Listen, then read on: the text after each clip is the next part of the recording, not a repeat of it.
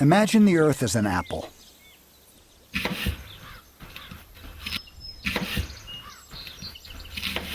Cut the Earth into 4 quarters. One part is covered by land, the rest by water. Cut the land in half. One of these halves is covered with mountains, deserts, or ice. Cut this last piece into quarters. 3 of these are rocky, wet, hot, infertile, or covered with roads and cities. Only 1/32 of the apple remains. The peel of this section represents the topsoil that must feed the world.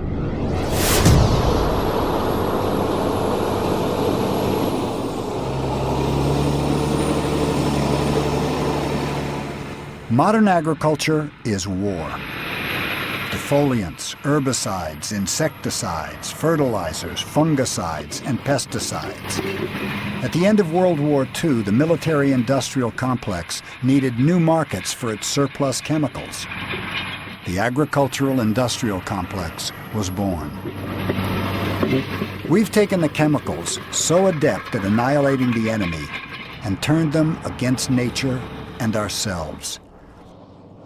Toxic oceans, toxic water, toxic air, and toxic food are the result. From the chemical deserts of factory farms to our inner lives, our world, as a place of nature, is unrecognizable. Here we've got earthworms, the unpaid servants. Oh, look at that, wow. He has a fascination for worms. Well, each one of those has got a name, you know. He knows more about soil than almost anyone on this planet. And the actual castings. His favorite animal is the cow. This is cow dung. It's been in here for about, probably 4 months, 5 months now. He loves to stir cow dung in a bucket. A gardener from New Zealand and a bucket of cow dung.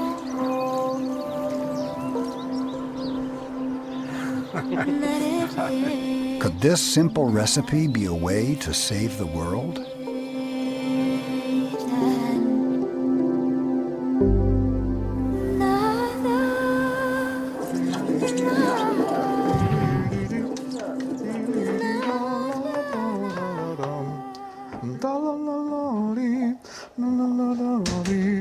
Peter Proctor is the father of modern biodynamics, an arcane form of agriculture that was begun early last century.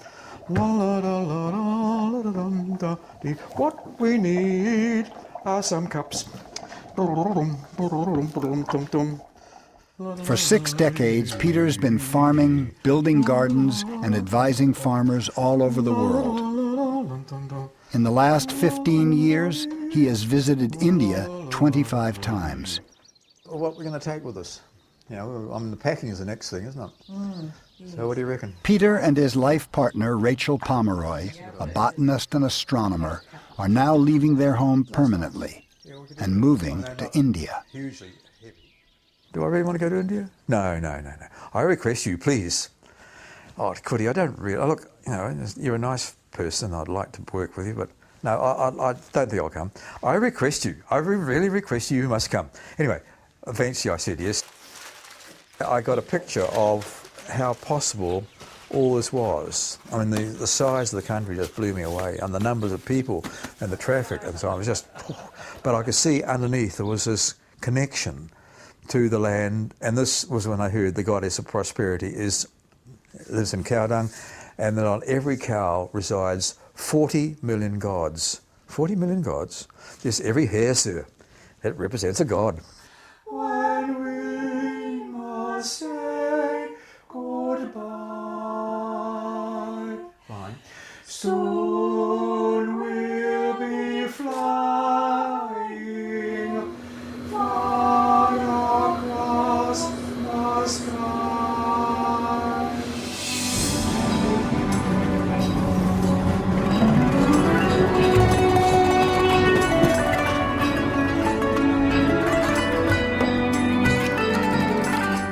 For Peter Proctor, there are no half measures. He is almost 80. He has a glass eye and boundless energy. He is hard of hearing, but for him, the earth sings.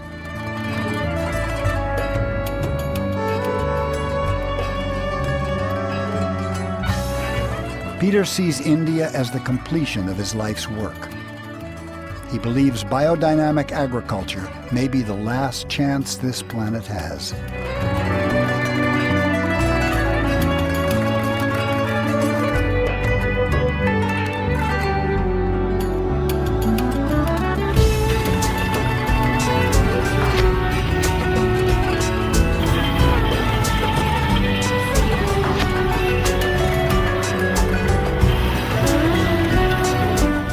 Most of us are far removed from the fields where our food is grown. Separating us from food, our primary source of life, is a vast, globalized distribution system controlled by multinational corporations.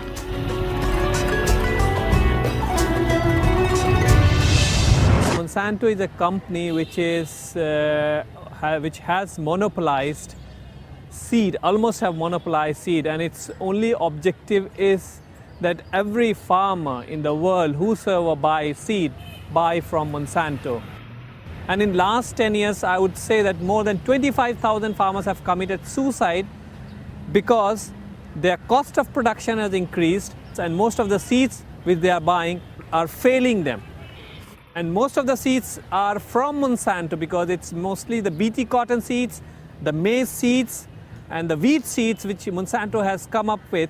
It's those seeds, hybrid seeds, which are failing in the farmer's field.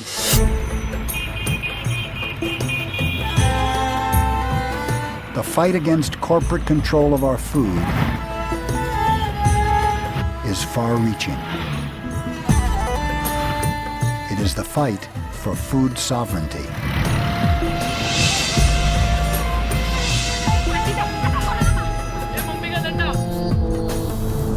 When corporations dictate what farmers must grow, they are controlling what all of us eat. The outcome of the battle for agricultural control in India may dictate the future of the earth.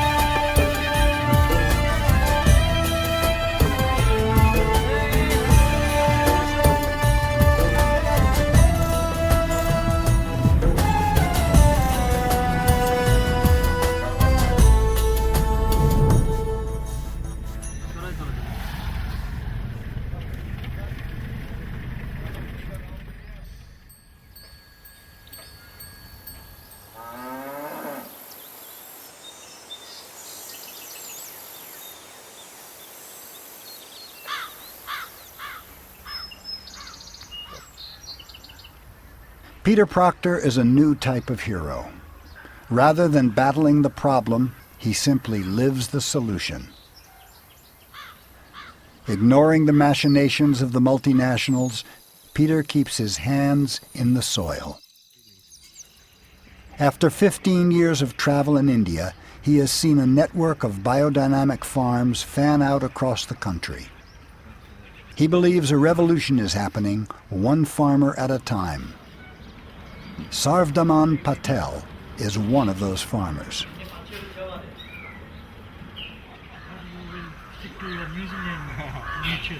Sarvdaman completed his education in the United States, gaining a Master's of Agronomy at the University of Wisconsin-Madison. My first experience in organic farming, without thinking, I just did it. 2 acres of elephant yam, and it was very good success. So I tried it with bananas. It was a miserable failure, we lost money. So I gave up again. I said I can't do organic, I don't know anything about it, I left it. Went back to my chemical farming. What had really happened was the soil was becoming dead. It was just an anchor for the plants. It was not a living soil. The whole day I was there, Barnes and Nobles, it was a big store. I was looking at the agriculture section and suddenly my eyes went into the organic section. Sat down and read the books from morning till about from 10 till about 5 o'clock in the evening. And that's the real beginning of understanding what is organic farming. It's probably the best biodynamic farm in the world. That's a big statement, and probably other farms just equally as good, but the ones that I have never seen a farm better than this. I would say, completely, in all facets really. And we look at this wheat we're looking at the moment over here, it's just brilliant. It's standing up so straight and tall, just like a human being. It's a real connection to the ego of the human being. And it's the start of life. Developed at the beginning of last century by the anthroposophist Rudolf Steiner, a biodynamic farm is totally self-sufficient, self-contained, and dedicated to producing good food for the benefit of mankind. So what makes a perfect farm?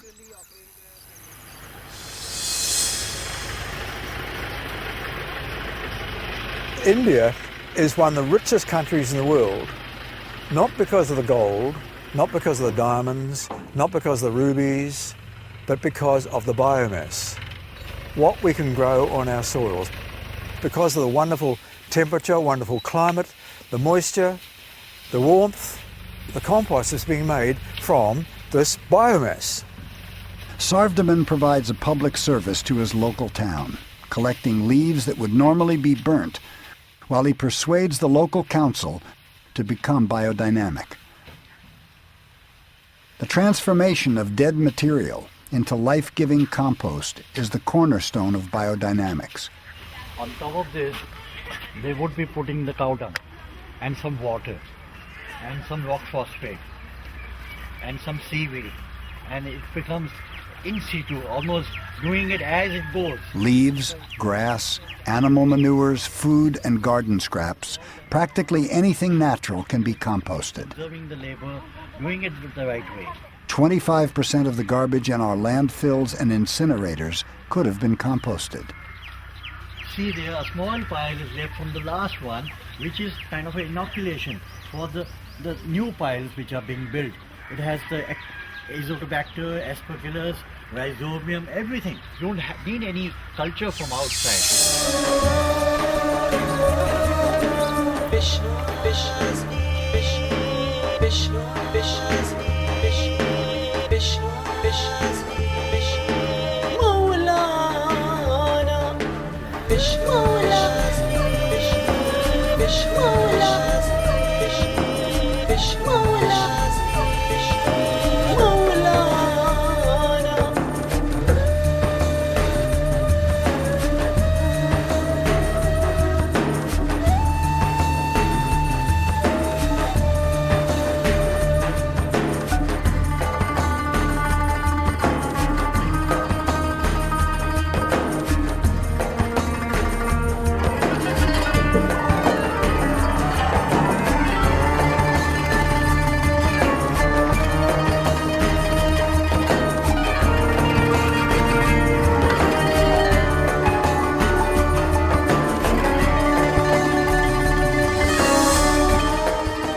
Compost is the only way to increase the humus content of soil.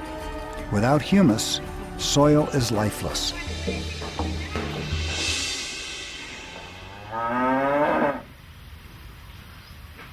The cow, venerated in India, is central to biodynamic farming. With its 4 stomachs, it is a unique animal of digestion. Cow dung forms the basis of many biodynamic preparations. The cow pat pit, known as CPP, is one way of processing cow dung. Detractors call it muck and magic, especially as the recipe contains mystical preparations. So you're getting the processes, not actually quantities of, we're getting the processes of those essential elements that can work in a very natural way. Bringing the effect of the planets into your land. You certainly get very good crops which generally do not have trace element deficiencies. A lot of people just don't like touching dung. They think, ooh, horrible stuff. But actually, in fact, once you start using it, once you've used it, you know, you've moved the stuff and actually worked with it, it's got a lovely feeling, you know.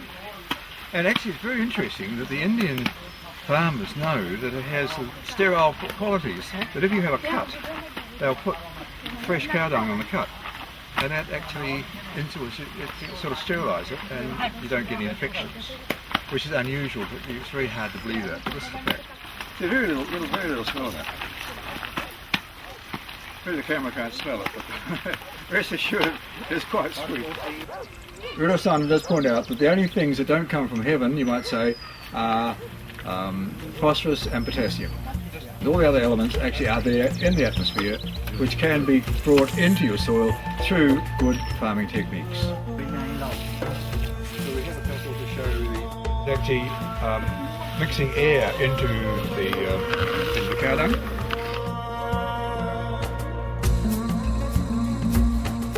What we do is, in biodynamic agriculture, you are farming the soil, you're also farming the air.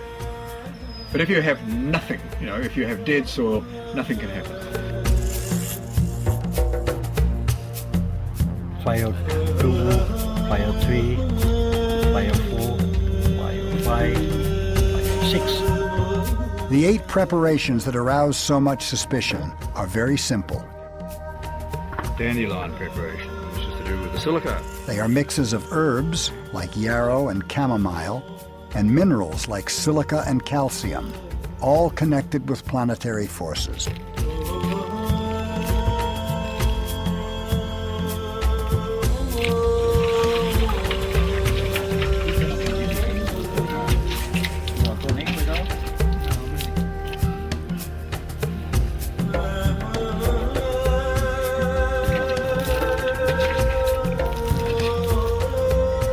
Every time you do this, there's a vortex form.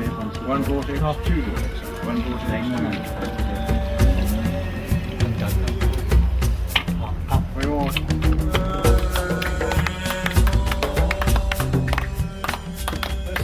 That gives a blessing. The compost or CPP.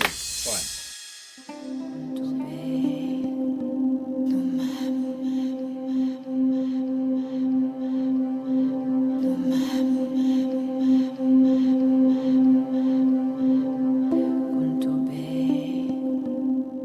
There are some people that when they hear about biodynamics, they think it's strange. And the reason why they think it's strange is that whole voodoo doo-doo thing that I talked about before. It's strange because of the preparations. That's the big thing. That you have these 8 preparations that Steiner came up with, and in my wildest dreams, it would be very difficult for me. Well, maybe in my wildest dreams I could probably come up with something like this, but they're so different, these preparations.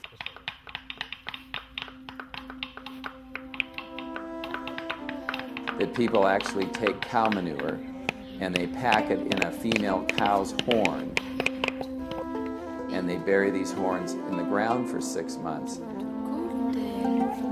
And they do it when the moon's in a certain phase, and they usually do it around the fall equinox.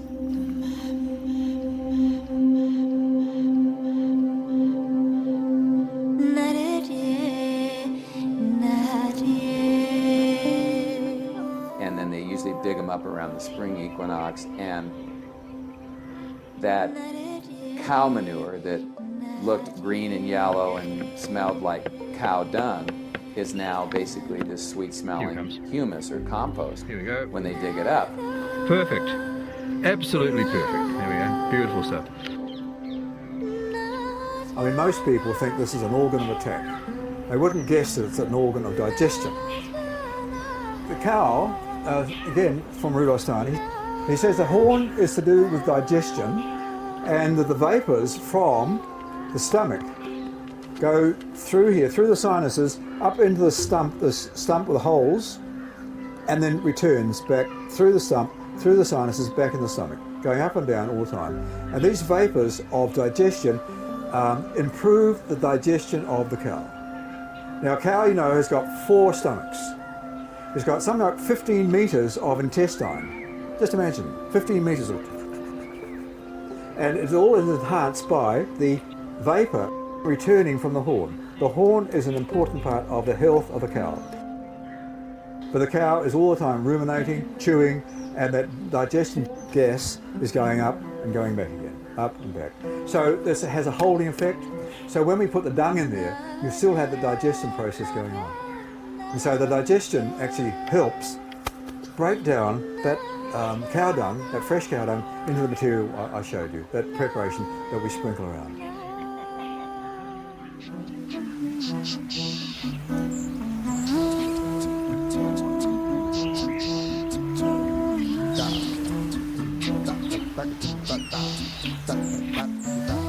Once matured, the cow horn compost is stirred into water for an hour, or mixed using a flow form. Stirring by hand or flow form creates a vortex, increasing the capacity of water to support life. At the moment the movement is reversed, chaos is created. Out of chaos, a new vortex is formed. The water is imbued with one of the basic principles of plant life.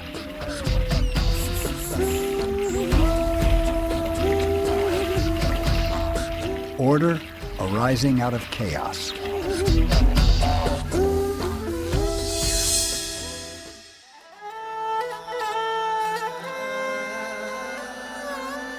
The mixed preparations are then sprayed in homeopathic concentrations. Microorganisms in the soil are activated. Plants deepen their roots.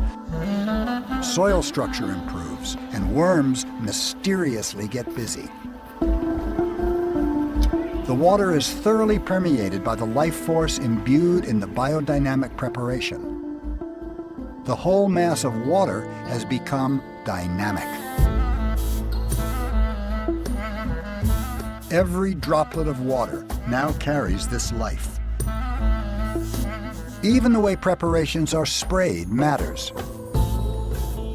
The spiral, from seed heads and shells to cyclones and galaxies, forms the core of nature. Biodynamics is as much concerned with the soil as with the plant itself. In biodynamics, the soil is everything.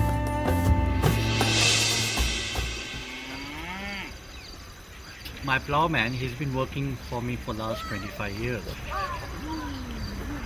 I asked him, how was the land when you started? He said it was quite hard, like a rock. I said, why? He said, because we were adding a lot of chemical at that time. I said, how is it now? He said, in the last 6 years, we have put in compost and a lot of other things, doing green manure, and it's become like cotton, and even further it's become like butter. It's become like butter. It's so smooth and so easy to cultivate. And I've got some corns in my feet, and they used to pain me a lot when I used to do it 25 years ago. But as of today, they don't hurt me.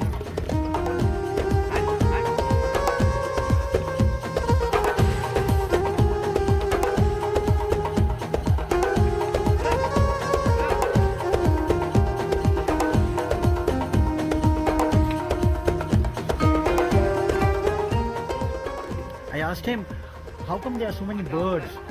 He said there's such a big population of earthworms now, and as I cultivate, they come and eat the earthworms, they eat the insects and all that. Yeah.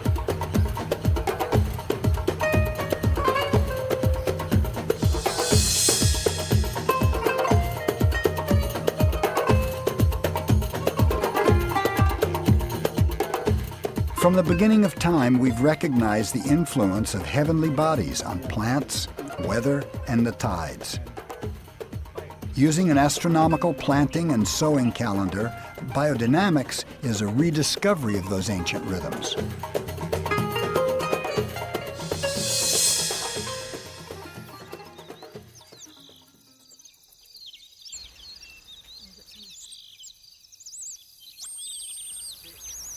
The small caterpillar, green caterpillar, is eating these pods, and it has gone down at the moment, and they'll come up in the morning. All night they'll be trying to eat it. In the morning the birds will come and eat it. This is what it does. Oh, look what it does, that worm. And we can have the insects tomorrow, I think. Maybe I'll try to open it if I have. And the birds eat those insects? Yes. If we do some herbal sprays, we can control it to a large extent. But I feel that birds will do the job tomorrow morning. They'll do it for a couple of days and finish it off. Natural farmers work with nature as a whole to understand that insect, plant, and soil are intimately connected. Healthy soil makes healthy plants, makes healthy people. Good biodynamic pest control includes companion planting, natural insecticides, liquid manures, and quartz preparation. As a last resort, some biodynamic farmers are exploring the use of biological deterrents. Can you shoot here on this? Normally this card, this is what we call Traco card. Yes. Which gives you about 15,000 Trachogramma. Really? One card will give 15,000 parasites. Wow. 15,000? 15,000. Oh. So each female will destroy 200 eggs of the diamondback moth. Diamondback moth, 200 eggs will be destroyed by this. Right, okay. We call them egg parasites. Right. It's called Trachogramma chilonis. Right. Okay? Yep. And then The corporate model requires a farmer to grow food to meet market demands. But Sarvdaman follows the biodynamic model, feeding his family and workers first. Sarvdaman then sells or trades his surplus to his local community through a roadside store.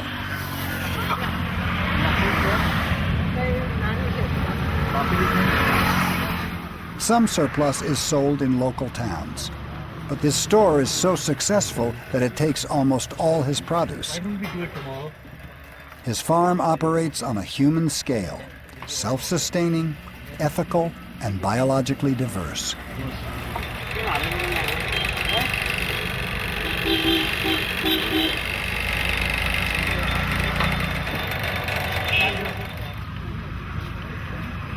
How is it? Great. Yeah? Very sweet. Sarvdaman's farm represents India's localized economies. It is a blueprint for a future when fossil fuels are scarce, when the world's most valuable commodity will be the knowledge of how to farm and the wisdom of how to grow food that is more than just stuff to fill our stomachs.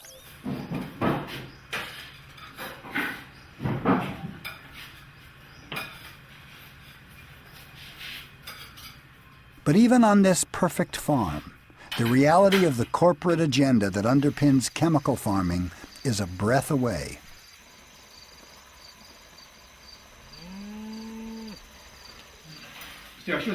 Whatever the politics, Peter is resolute in his commitment to be the change he wants to see. And this can happen all over India. It can happen all over parts of the United States and parts of Australia, New Zealand and so on, all over the world. You've got to get your hands dirty, you've got to get your feet tied, and working. His dream is a world returned to a matrix of interlocking small farms, each supplying and caring for a widening circle of community. And you have this wonderful food at the end of the chain. I mean, that's the amazing thing.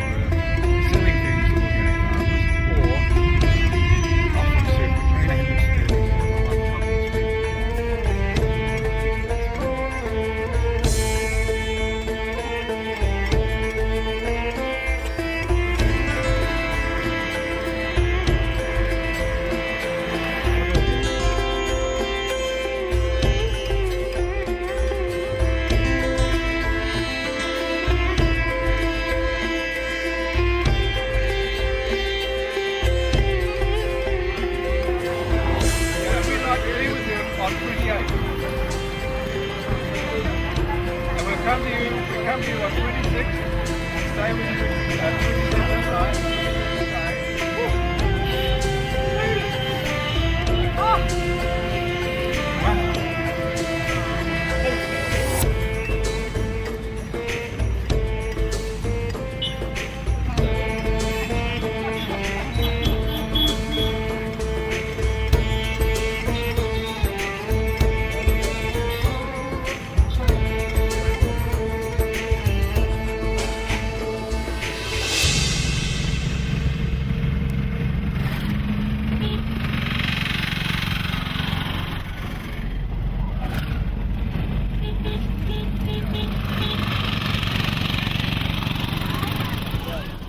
On this journey, at the invitation of Anil Bokhar, a government-employed technical officer in Maharashtra, Peter visits 10 farms a day. How more practical could you be? His schedule would be punishing for a man half his age, but Peter is unflagging in his enthusiasm and his commitment.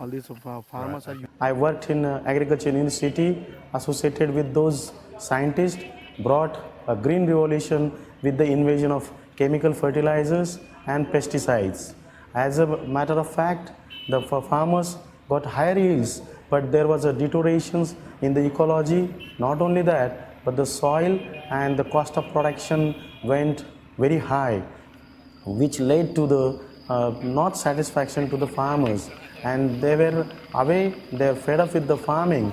And we happened to meet with many farmers, and we start off thinking other way, and the other way, that is from chemical farming to the organic farming. This for banana. Right. This banana. Okay, right. Good, good. Very nice. Peter's legacy is spread across India. Wherever he goes, newly minted biodynamic farmers are eager for his knowledge and blessing. I'll just sort of... थोडंसं टाकायचं Just म्हणजे culture आणखी वाढतं. that helps the culture, you know. हे अजून टाकून द्यायचंय. That's all you need, that much. As our agriculture university does not do any research on organic farming, so we started interacting with the farmers, and we were very much happy and astonished as they could solve their own problems, and they were working in a group. When I first came here, people didn't, oh, this man's crazy. You don't believe what that man Proctor says, do you? It was the reports I get. But now that's changing, and we're having a lot of help now from the government. Now here we have formed the organic farmers group in each and every village, and we have federated them into a federation at the district level.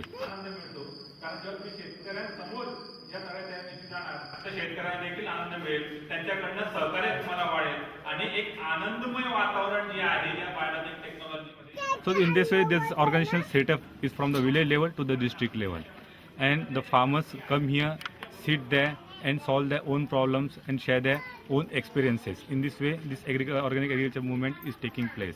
Right, he was growing horsegram. His neighbour was growing horsegram chemically. This man was doing his horsegram. And farmers are now also knowing what are the benefits regarding the ecosystem balance and all that. So this has taken a lot of efforts, and now it is spreading very fast in this region. We had three young men came up and said, "Excuse me, sir, we haven't met you, but we wanted to meet you. We are working in Maharashtra. And you know, sir, we have made, this year, our farmers made 10,000 biodynamic compost heaps." I said, "What? 10,000 biodynamic compost heaps?" They said, "Yes, sir." We took near about 1,000 training programs in the Maharashtra with the help of NGOs, with the help of farmers, with the help of State Department, and fantastic results we got. At present, near about 4 lakh hectares area is under organic farming. Last year, we made near about 20,000 BD compost in Maharashtra, and to that, in our district, it was a phenomenal thing to get use of this agro bio-waste. And the farmers, they did not purchase anything from outside. Now they are reducing this input cost, and now our farmers from chemical farming, they went to organic farming, and from organic farming they are heading towards biodynamic agriculture.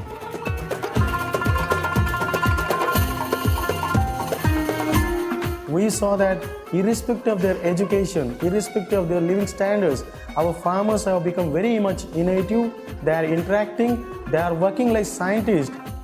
We are taking these farmers to other farmers, and they are believing. So that these farmers have become a very good extension messengers. Their self-image has increased, their communication skills have improved. Our relationship has very nicely increased, and that has placed our image, self-image very high in the society.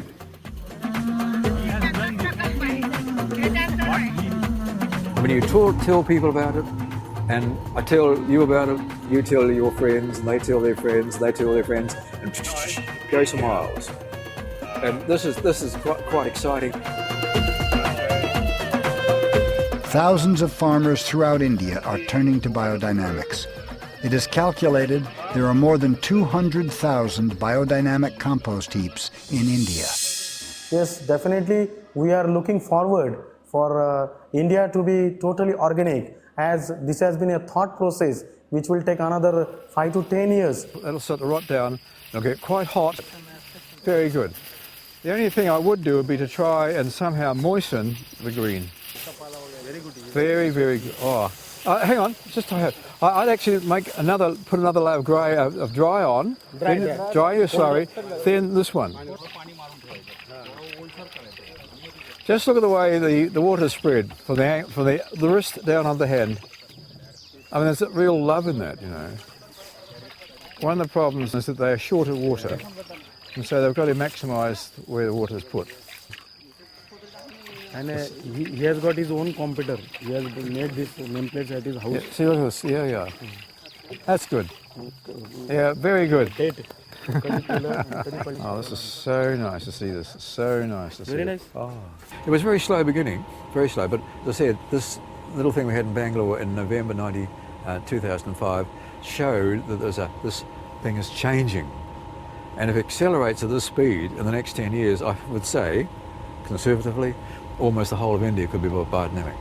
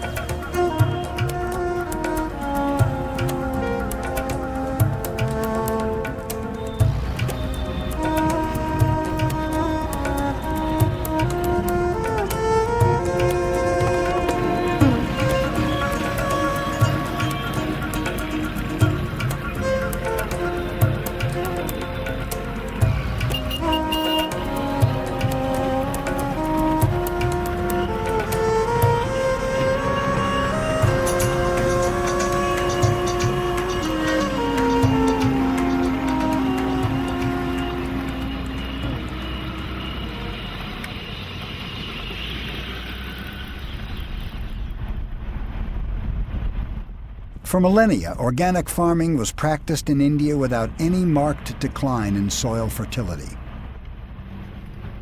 The Green Revolution, which began in the mid-60s, was supposed to alleviate world hunger. I am Jaspal Singh. I am an organic farmer from Punjab, and my father was a very zealous and outgoing farmer, and he was one of the pioneers of Green Revolution, so-called Green Revolution, which has been proven as a killer now, producing lots and lots of bumper crops and doing everything right. They give layers and layers of chemicals still till date now. And our soils are sick and waterlogged. The production is going down. The pest infestation is more. And personally, I was worried, but I didn't have any alternative. Yeah. Viewed holistically, the Green Revolution was a failure. Chemical agriculture destroyed India's natural abundance, farming communities, and soil.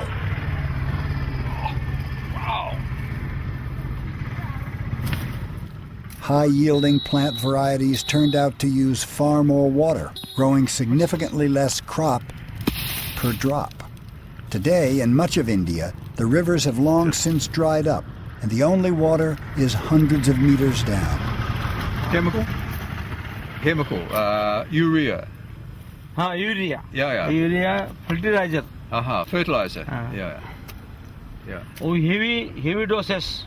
Heavy doses. Heavy doses giving them. Heavy doses. Kills all the humus. Yeah. Okay. But gradually that chemical started to erode the quality of the soil, the structure of soil, and it overproduces the bacteria, and the bacteria needed bodily nourishment, so they started sort of tearing into the carbon, the organic carbon, the humus. So the humus actually gradually got less and less and less. Soil from being that high was that high. That high is what the humus was. We just lost it.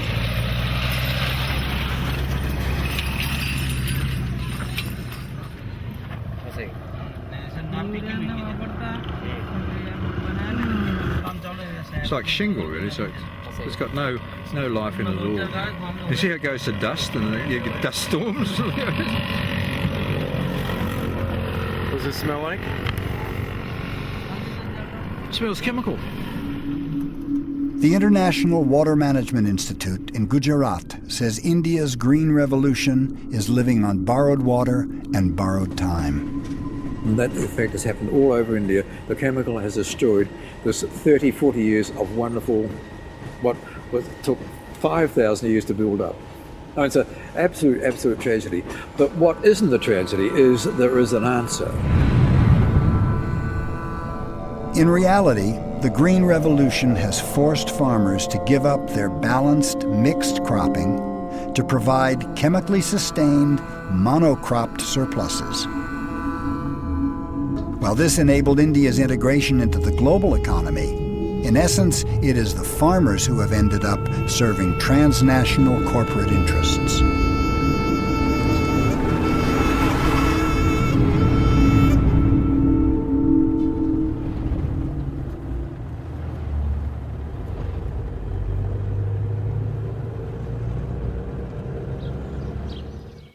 The Sardar Patel farm covers 150 acres on the outskirts of the city of Ahmedabad in Gujarat.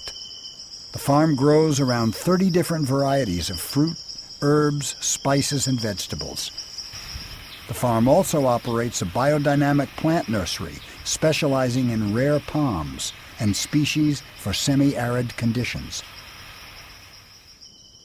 So when we look at the sustainability of biodynamic agriculture and we compare it to conventional agriculture, we're looking at soil quality, we're looking at crop performance, we're looking at financial profitability and environmental quality. So when we look at those four big indicators and we compare them between the two systems, what we find is soil quality is better on the biodynamic farms, and part of the reason is because the biodynamic farmers are adding compost to their soil, so they have better physical properties, things like structure, less compaction, they have more topsoil, their biological activity, meaning their organic matter is higher, they have greater microbial activity, more earthworms.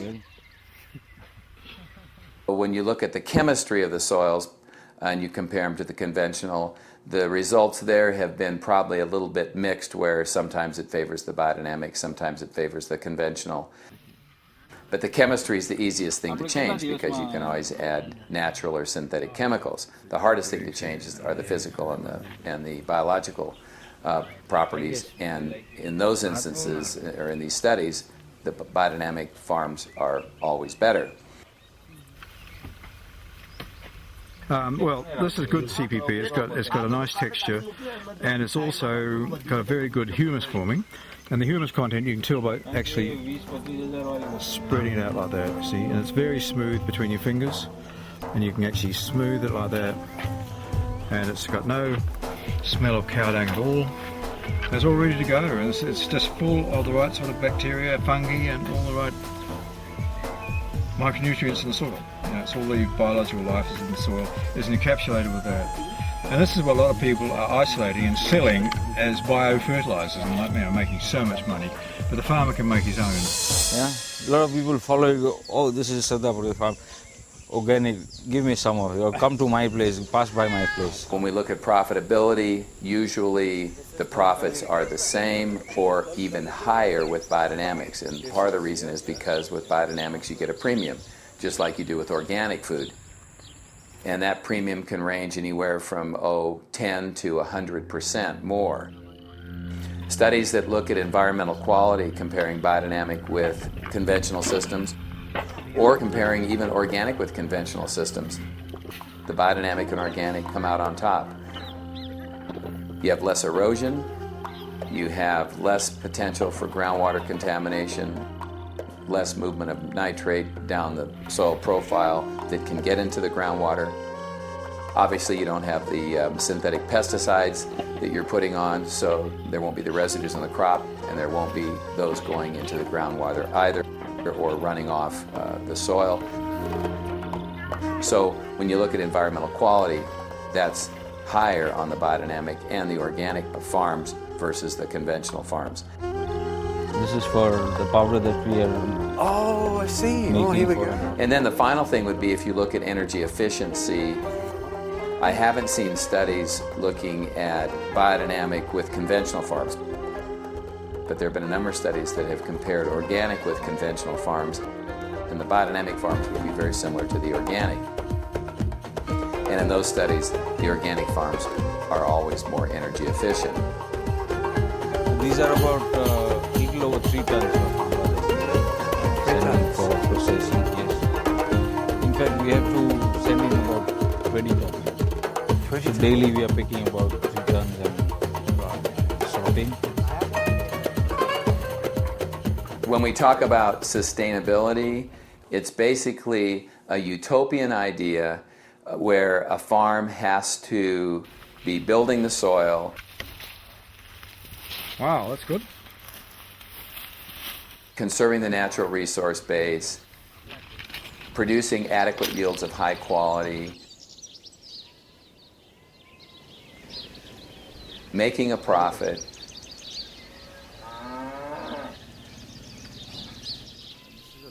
being socially responsible so that you're paying your workers a good wage, you're giving them retirement benefits, you're giving them medical benefits, and you're also environmentally sound. So you're not polluting the groundwater, you're not eroding the soil, you're energy efficient. It's all those things. Look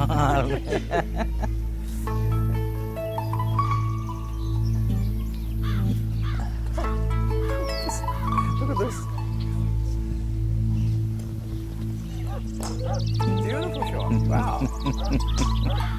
When someone says, oh, my farm is sustainable, it doesn't matter what the system is, you measure all those indicators. And when studies like that have been done, biodynamic and organic farms come out better. They tend to be more sustainable than conventional farms. And so in the long run, they're much more sustainable. The problems that we are experiencing that are causing concerns about conventional agriculture are the following. We see areas where we have groundwater contamination. Because we now have contamination of pesticides and nitrates in groundwater. People drink that water. They're now concerned about our agricultural systems. We have erosion. That's a problem with a number of conventional agricultural systems. We also have farm worker safety, farmers being exposed to pesticides. That's a question. Energy is a big question. Some microorganisms can actually fix nitrogen by themselves or in association with plants, and they can take that nitrogen from the atmosphere and give it to the plants. Well, now we can take it, but it costs us energy to do it. We use fossil fuels. That is a big concern as we go into the future because the cost of energy is so expensive. In this particular one farm south of India where they've got a salt problem, you know, there's just no biomass there at all. There's no humus in the soil. There's no absorption of the rain just runs straight off. There's no water in the underground, and they're still having to irrigate because they've got so much chemical. They've been putting so much chemical on the land since the Green Revolution to neutralise that and to grow the crops. They've over-irrigated, they've taken all the sweet water and all they're left is salty water. And so they're irrigating with salt water, so they've got a white crush down the whole of the land, you know. We are actually in a pretty bad situation. Probably I talk more about this than perhaps the biodynamic part, is actually the water, how we've got to have water to go on living. We can't drink salty water because it makes you thirsty.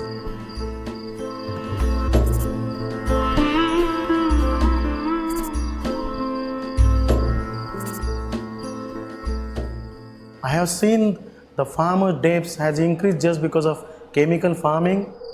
With the high cost of seed, other thing, he has to go for higher input. That is, they recommend go for higher fertilizers, higher dose of pesticides.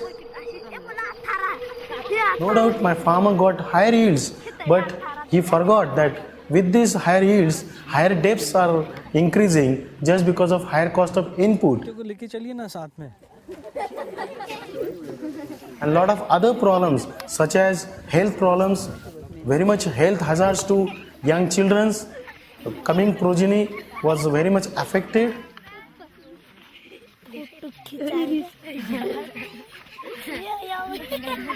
Then we started thinking this is nothing but the result of chemical farming which we are seeing, and this came from the farmers themselves. As the failure and true cost of chemical agriculture escalates, thousands of small farmers are turning to biodynamics. Well, the water problem is actually finding water, the wastewater, which is mainly water from the washing the dishes, is just running away.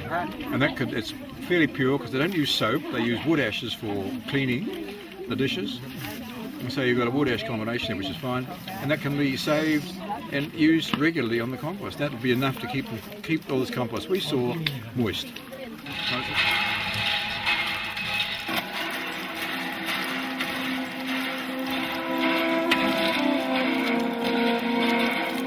I have seen that the farmer growing his farm with biodynamics, the water holding capacity has increased of the soil.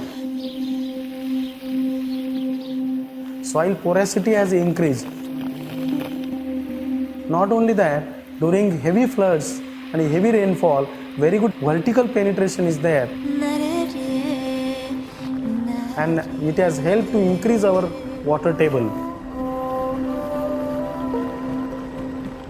The other good thing is that people are reporting that they're using up to 50% less water in biodynamic agriculture.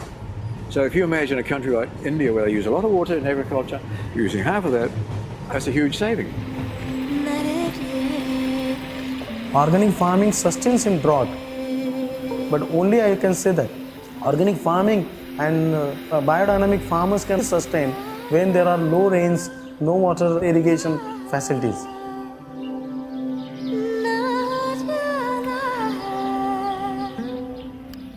In the public perception of the West, India is an undeveloped country. Small family farms dominate the rural sector. Sustainable agriculture, farming that is not controlled by corporate agendas, is the key to a harmonious society. And there's nothing undeveloped about that. During chemical farming, just due to higher depths, our farmer was away from his family. Always he was worried about his family prosperity, and he was not happy. His family members were not happy, committing a lot of suicides and not going for education. But this organic revolution has brought up a very great social change. Now whole family is again united. They are respecting their elders, living together, working in the farm together. Even they are involving their women. They are thinking of organic. They are always eating organic, and they are working for organic. Harmony has developed. Then our farmers are interacting. All the youths have come together. They are helping one another.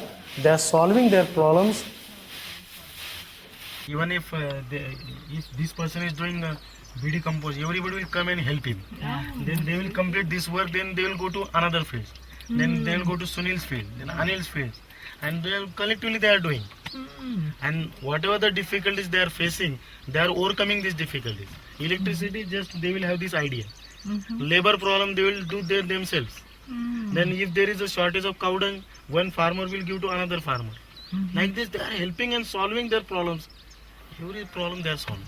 Sitting together, working together. That is a great change which we are bringing in rural prosperity. Now we are giving them another messages besides agriculture. That is health, that is about education, family planning.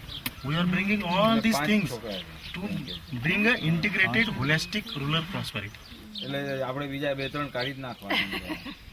As far as the children and their family situation is concerned, I would like to tell you, we have an open house event every year, where the farmers and their families come, and it's like an interactive event. One of the ladies came up to speak, and she said, I'm so happy to be doing organic and biodynamic farming. I'm happier, the situation, my family situation is happier. I can now afford to send my children to school, and not only that, I can afford a little bit extra for them. She says when we were doing chemical farming and we were doing chemical farming, we were spending so much more. We were constantly in debt. I could have never dreamt of providing these things to my children that I am doing now. These are the words of that lady who, it brought tears into our eyes when she said something like this, because we here talk of the economics of separate farming systems, but this is how it affects them.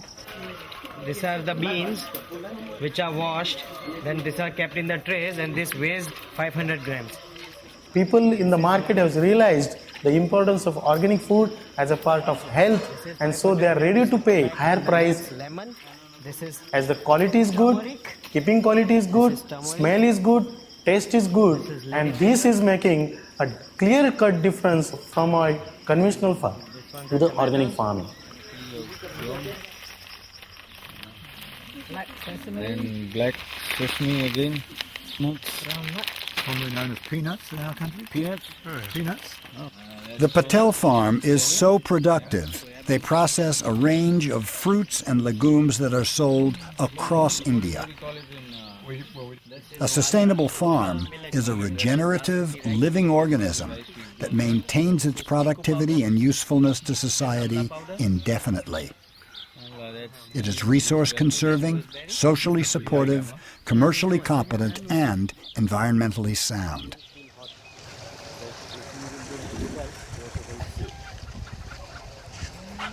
What is at heart wrong with chemical agriculture is that there's no room for the spirit to enter or to be thought about. It's all what you put on is what you get back. But here, with biodynamic agriculture, you have to have a sort of gap between what you put on and what you receive.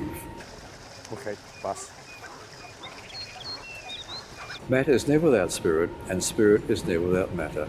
In such a way that we say we will to do all material things in the light of the spirit, and we will so to seek that light of the spirit that it evokes warmth for us in our practical activities.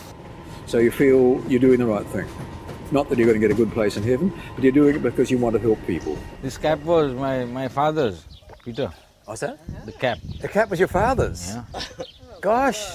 That was lovely. Thank you. Very nice. Bhagya.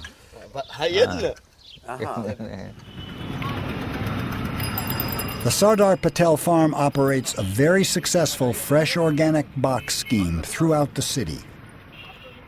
In a globalized market, local agriculture that returns independence to farmers and enables direct contact between growers and consumers is a revolution.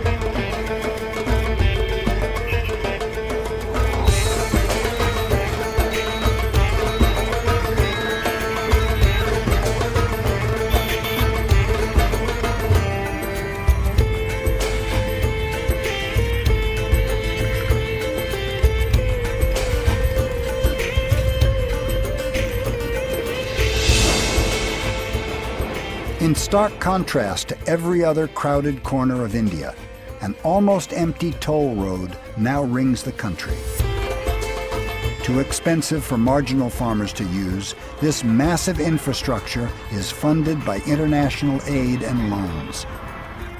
It is designed to support industrial agriculture, enabling India to participate in a globalized free trade market.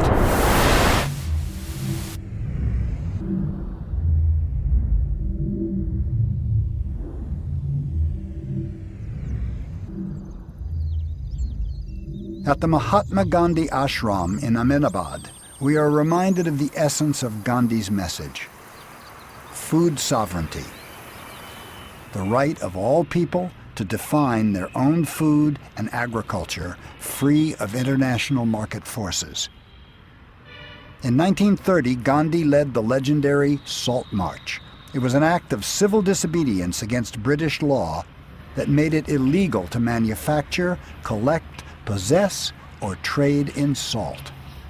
We also want the similar independence where we have our own freedom to grow whatever we want, to eat whatever we want. We don't want any Monsanto or Syngenta to tell us what seed we grow, what crop we should harvest, and what food we eat.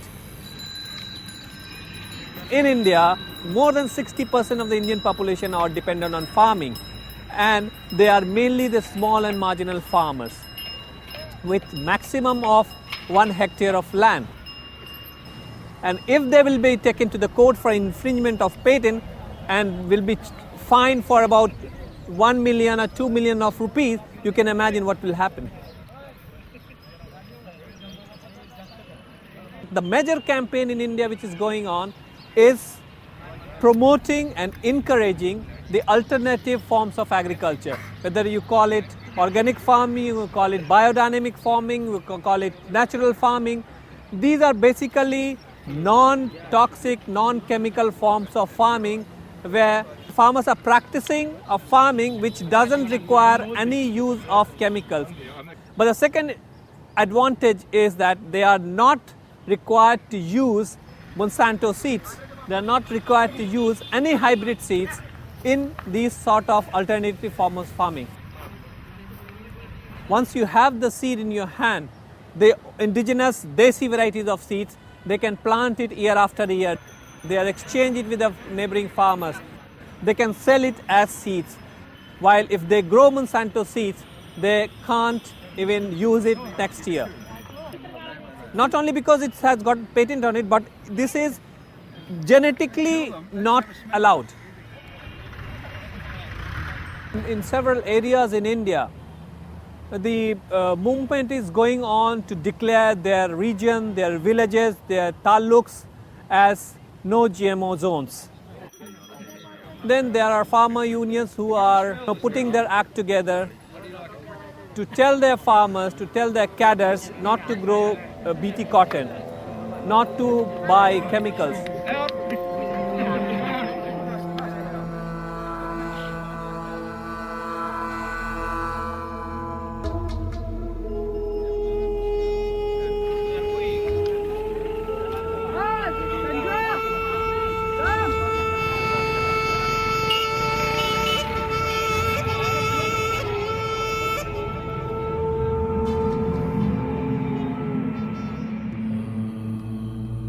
You know, if you link organic biodynamic to the Gandhian philosophy and thinking, I think Gandhi really wanted the villages to be self-sufficient.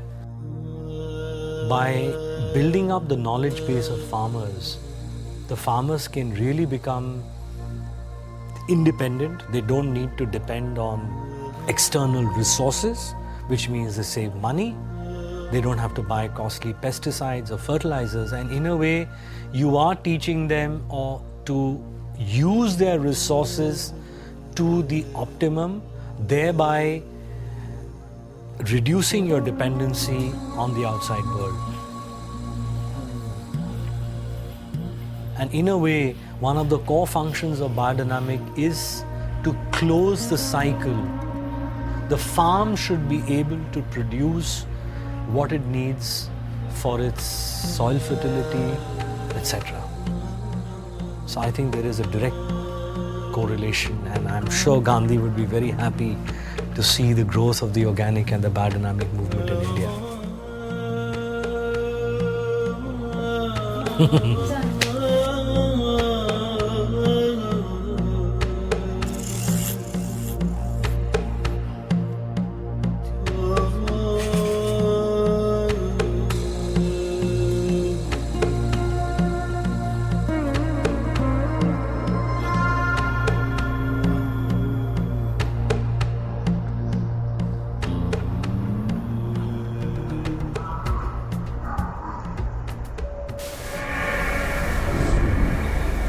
The gene revolution is destroying the genetic base of our food supply.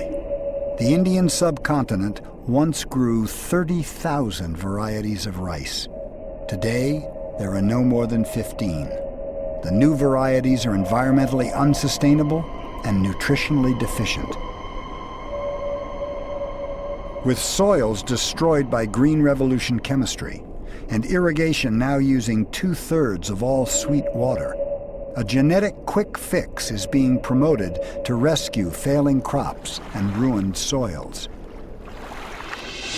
In a rural landscape otherwise devoid of advertising, Monsanto's fluorescent green and orange signs are everywhere.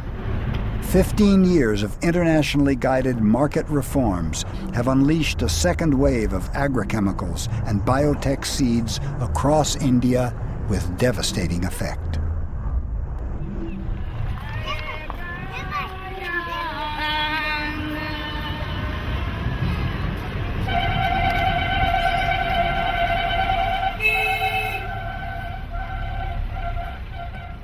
Biotech seeds cost nearly 400% more than conventional seeds. Farmers often find their yield is 30% less. The quality of genetically modified cotton is markedly lower. It has no resistance to India's primary cotton pest, the pink bollworm. The balance of nature is so disrupted, other pests proliferate, and pesticide use increases. Weedicide. Seed dealers get huge commissions from suppliers. 2 or 4 years, a hormone, recognised hormone and weedicide. No, I see. It's old as the hills. Farmers are often forced to take the genetically modified seeds as part of a credit package. Chemicals and pesticides. A 2006 report found that 60% of Indian farmers using genetically modified seeds could not recover their investment, let alone feed their families. Late Wednesday, in his first trip to the country, he was greeted the next day. In despair, 150,000 Indian farmers have killed themselves since 1993.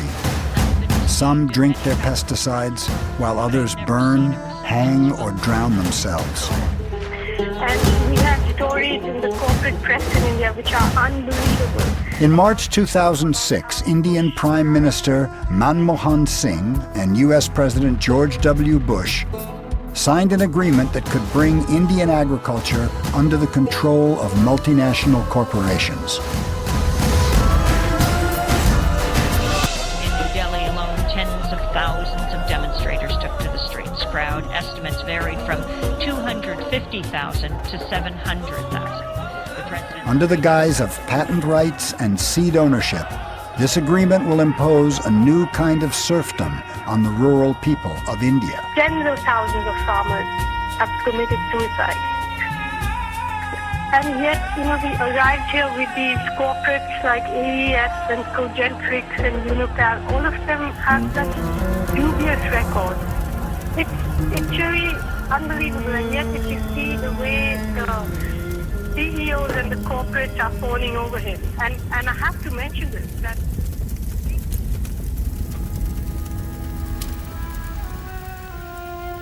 with man only a step ahead of his enemy, new weapons are being devised in the research laboratories. Thousands of new compounds and control techniques are being developed and put through countless tests.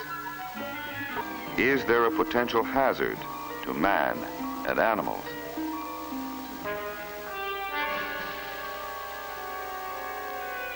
It takes years of research until a chemical meets rigid requirements of safety as well as effectiveness. Safety. Safety to man, to animals, to crops, to wildlife, to fish, to beneficial insects, to our total environment. Nature does not wear a rubber suit and a gas mask. Neither do most Indian farmers. And all the protection in the world becomes irrelevant when the food we eat is poisoned. This film, more than half a century old, is strikingly modern in its belief in the need to subjugate nature to ensure human survival. Combined with the profit motive, it is the driving force behind genetic modification. The further we move away from the growing of our food, the more we lose our understanding of what food actually is. Really, you are what you eat. That saying is quite true. And if we're eating, well, really deception, isn't it? We're growing food, but it's not from the real true qualities of the earth. And if you eat deception, you'll be deceptive towards others. If you eat untruth, you'll be untruthful. And we're putting our children at such a disadvantage, starting them off in life eating food that isn't true food. How can they grow into true moral people if the food is not supporting that? That's how I feel about it. Connect the agribusiness dots. Chemical farming demands expensive, escalating inputs. Promised benefits do not materialize.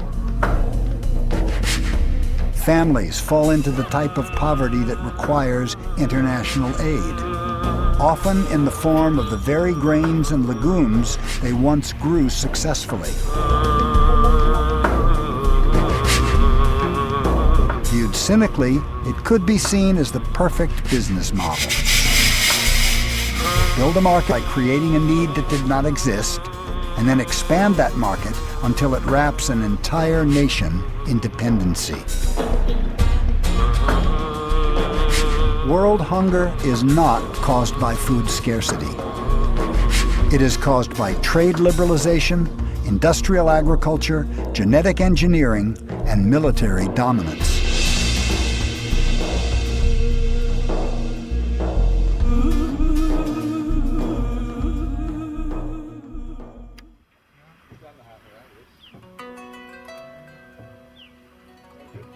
Such a way that as this air moved past, it's made a sound. It's kind of ooh, like sort of tone. And they knew this, of course, and so I suppose they knew how to build the right sort of forms, you know, to get that sound. It's quite fascinating, really, but it happens all over. Wherever I go, that's what it is. BioRe stands for organic and biodynamic farming. BioRe stands for transparency, stands for 5 years purchase guarantee to farmers, stands for long-term partnership, long-term commitment. We don't just treat our farmers as suppliers or as just sources of production. And one of the main tasks that we have here is to be able to make the soils of the farmers healthy so that they can farm their lands for a long period of time. Interesting this time, once you've been doing for half an hour, the viscosity of the water changes. It forms a vortex very quickly. In fact, some of our students have done sort of counted the number of revolutions at the beginning of the stirring to get the vortex, and then count the number of revolutions at the end of the hour, and they find it's about half the number. It's quite incredible, yeah. The water becomes kind of viscous, you know, it's amazing. We cannot sell the goods as organic or in conversion till the farmer is 12 months free from chemicals. Okay, your turn. So what we are actually doing is that we are buying the first year goods from the farmers, paying them 10% over the market price and selling those goods as conventional goods. And also, if there is a crop failure, for instance, our field staff can assess the situation, and the association is well within their mandate to consider remuneration or just a grant to the farmer just to make up his crop loss.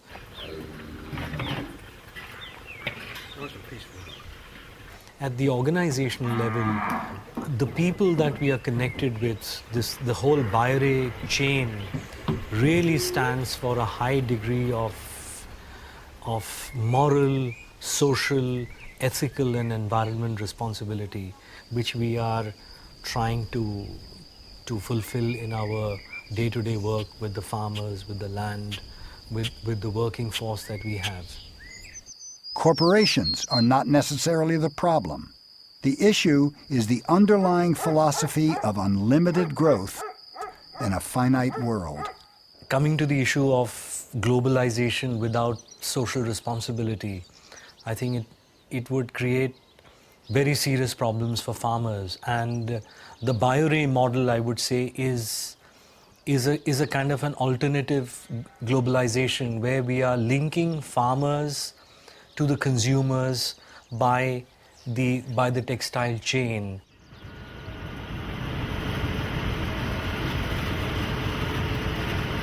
Free trade and fair trade, I think there's a big difference.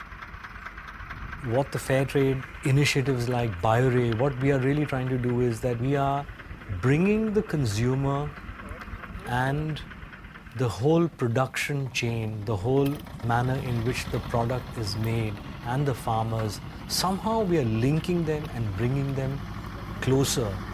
And in a way, we are also satisfying the consumer that, look, by buying this product or by using this product, you are supporting communities or you're supporting groups of farmers either to change or to improve their livelihood, or you're in a way even helping to elevate poverty in a sense.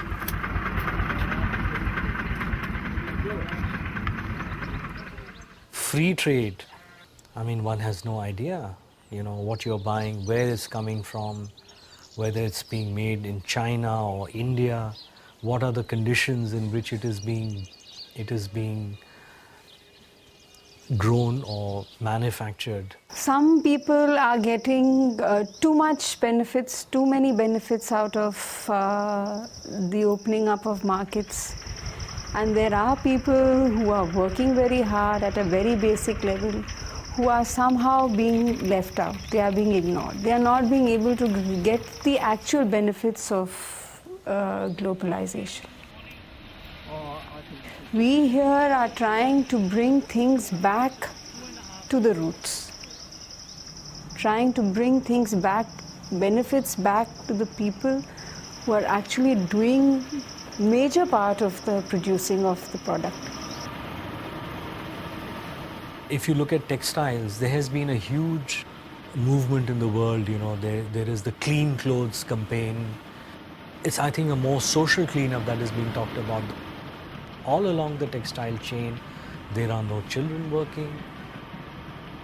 The people who are working have regulated working hours, good working conditions, healthy environment in which they can work.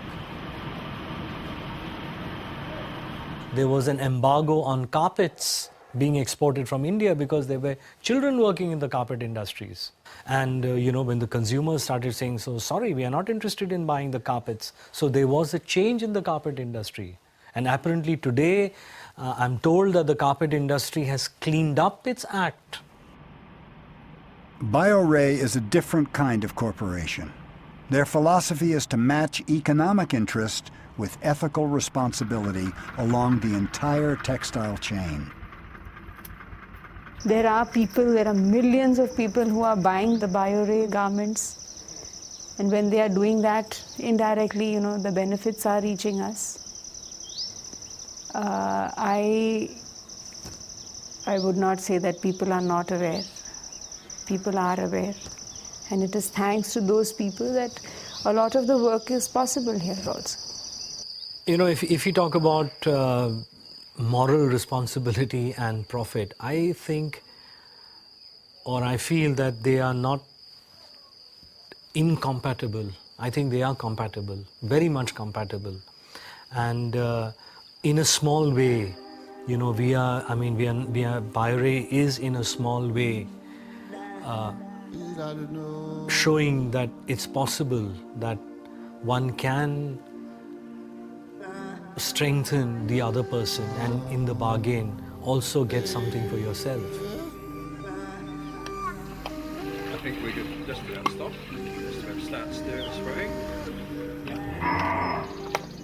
We are reaching out to farmers through a team of young people who are working with farmers, who we call extension officers or field extensionists. And capacity building of these field extensionists is a very, very critical part of the work that we are doing.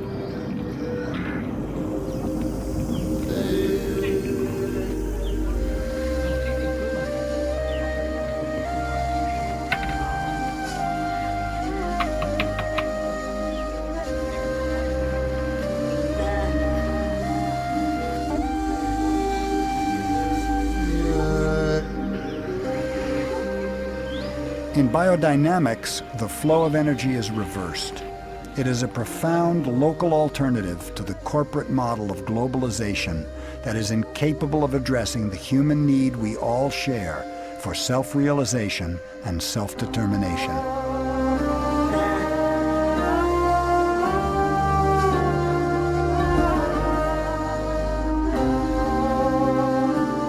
I think the biodynamic method is a very, very holistic thinking where you look at the soil, you look at the cosmic influences, you look at composting, you look at so many aspects. Considering all these aspects, I think it's a very, very holistic approach that we are at least trying to bring about.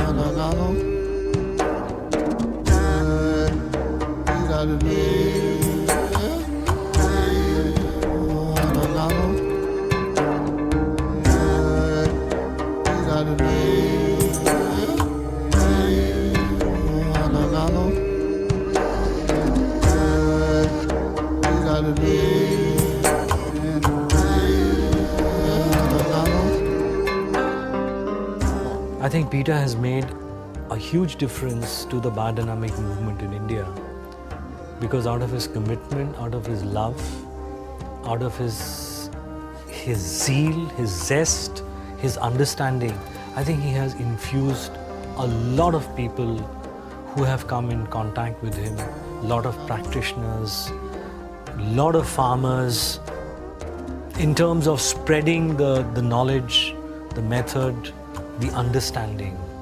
because, you know, it's no longer in the books, it's no longer at the Gothianum, for instance. It's now down here, very much localized to Indian conditions and for Indian farmers to adapt.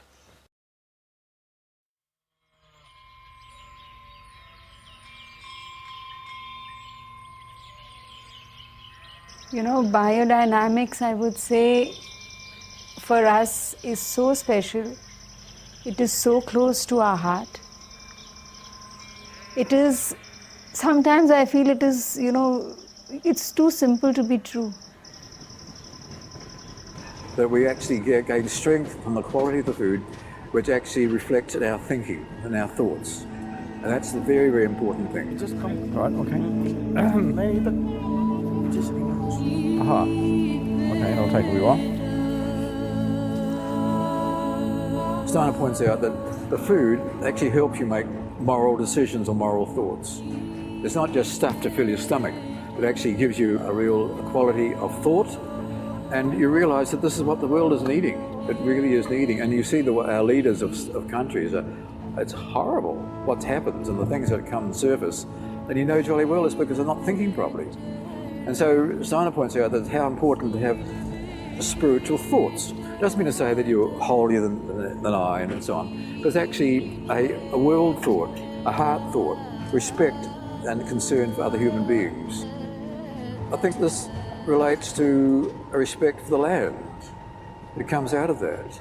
To people sitting on the other side who are watching this, I would like to say that you really, really can't imagine what it is to be on the other side, in this side of the production chain. And when you promote something like this, you cannot imagine how many lives you are reaching out to. It's not bad, is it? That's quite nice. Yeah, it's good. Well done. Yeah. Very nice. Actually done it. You cannot imagine what areas of their living, of their well-being, you will touch when you promote something like this. Am I underestimating the power of a company like Monsanto? I'm not underestimating the power of the individual farmer in India, the small farmer, and they don't want to buy stuff. That reduces the cost. Mm-hmm. At present they are getting for 75 rupees. They want to be able to grow their own, make their own fertilizer. They want to make their own land, and they can do that if they know the technology of able to make their own compost, making their own preparation 500. They can do it themselves. They can do it collectively. Yeah, that's right. And there's a groundswell of power there that you can't stop. This is how it should be. It'll break down much more quickly. Yeah, that smells nice. I'm sure that Gandhi would have loved this method of agriculture. I'm sure he would have thought this is, non-violent agriculture, as he used to talk about. But I'm sure that he could see this is something that the Indian farmer can help themselves.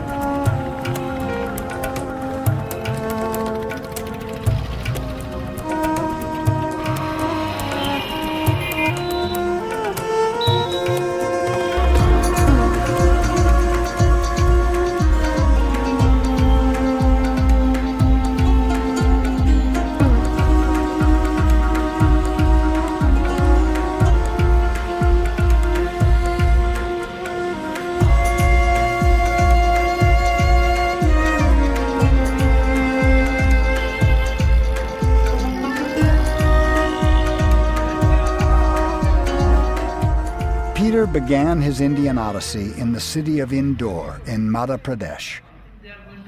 Back then, the university supported his work. The professors of soil and agriculture that joined him in the beginning have now retired. I've met so many wonderful, wonderful Indian farmers. I mean, wonderful people. You've met some of them. There's a lot more that you haven't met. And they're so compassionate, so appreciative, actually, of this knowledge.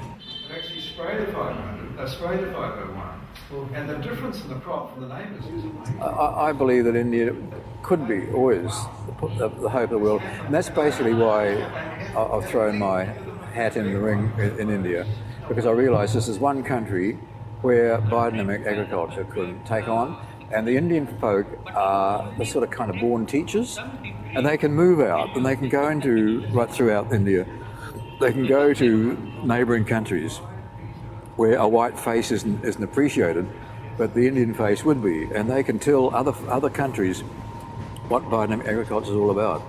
I just feel there's a huge, huge possibility there. Biodynamic. In-house, biodynamic. Bio means wife. You must have a dynamic wife. Dynamic.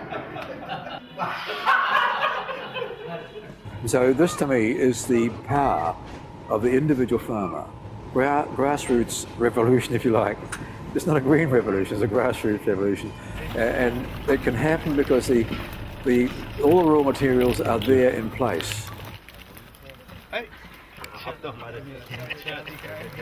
Gandhi came here in 35. At the end of our journey, we returned to Peter's first cowpat pit at the University of Indore. As most of the departments once run by the professors are now funded and controlled by agribusiness, Peter's work with individual farmers becomes increasingly vital. You come. I take out.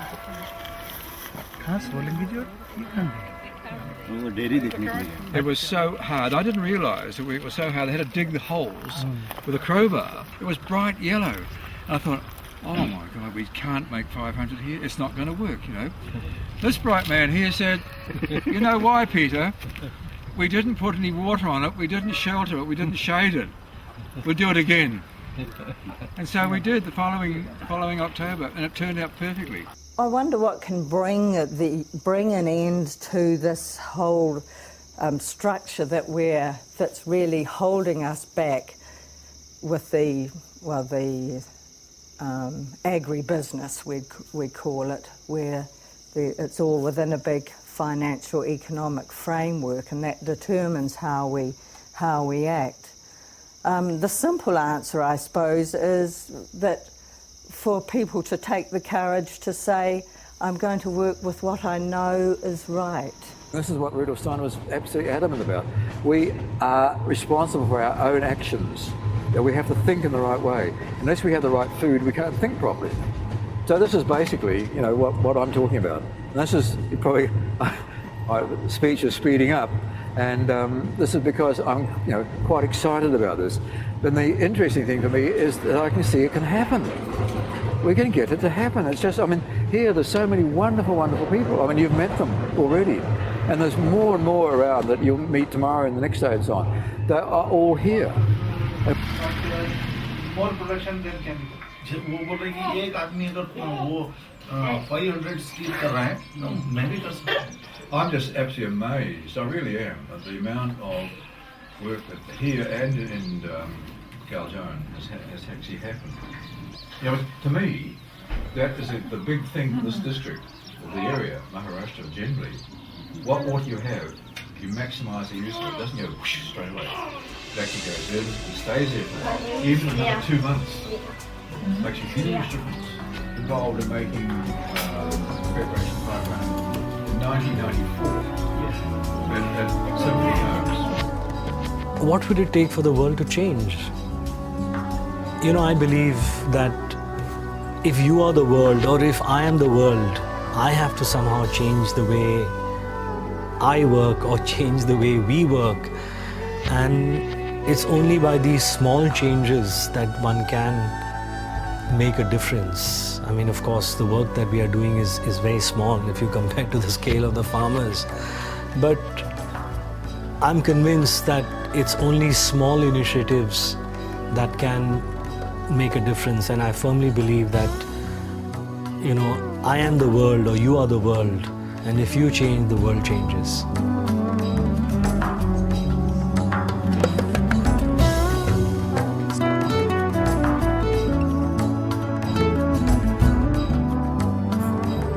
Sometimes I think, well, It's so easy. Please wake up, people. Please wake up. You know? It's just so simple. It's no big deal. You don't have to be a PhD and all sorts of things. You can just be a Kiwi farmer and do it.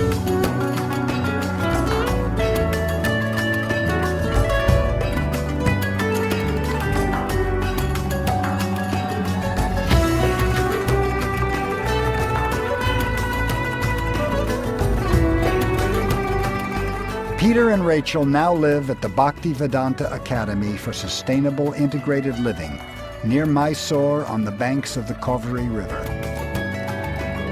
Peter still travels by train throughout India and will continue teaching for the remainder of his days.